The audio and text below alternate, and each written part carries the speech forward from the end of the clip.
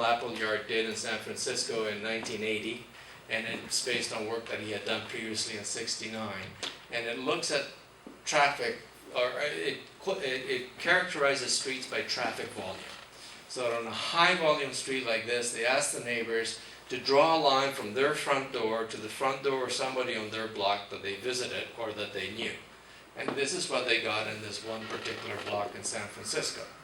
And then when they did the same exercise on a street that had half as much cars, it was 16,000 vehicles per day in the previous one, 8,000 here, they got more lines drawn. And when they got to a street that had only 2,000 vehicles per day, then the socializing was really taking off.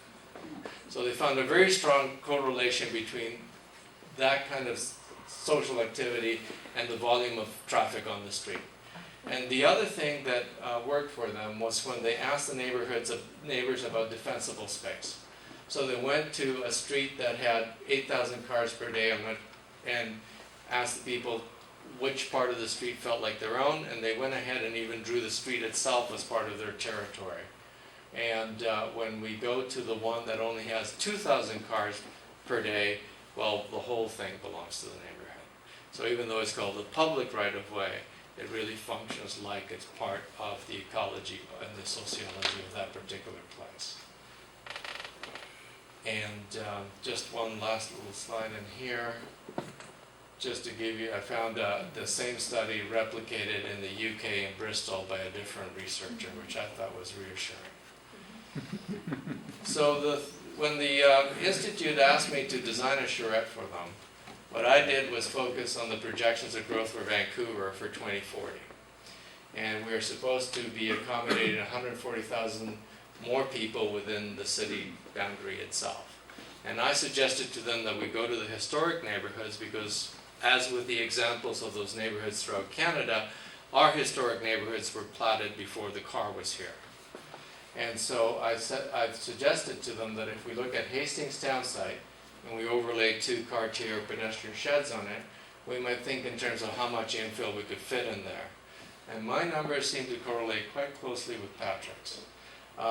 If you look at the next place to be platted, which was Gastown, which is this pedestrian shed here, Oppenheimer Park, Chinatown, Strathcona, and a place over here that doesn't have a name with BC Rogers Sugar right there.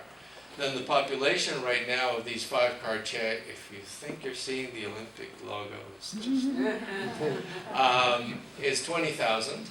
If we were to infill those 5 places to the density that I showed you in Charlottetown, it'd be possible to fit 80,000 people. But we're working with the idea of maybe we can just fit 30,000 more, and let's see what that looks like. And the students were working on that last week, and we'll have some results by next week. 1 minute.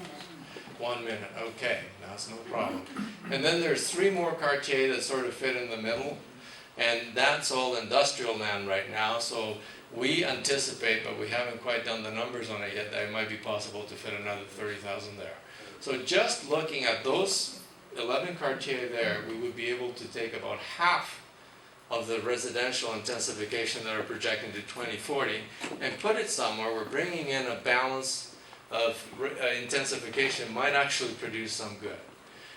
The other thing that's fascinating about these quartiers is that they all have a physical relationship, not just to the landscape and the Burrard Inlet, but also to Hastings Street as an urban spine.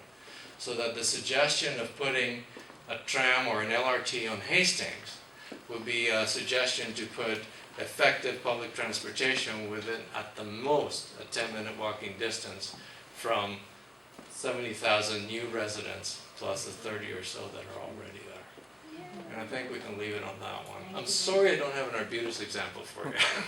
That'll be next year. Okay, thank you very much.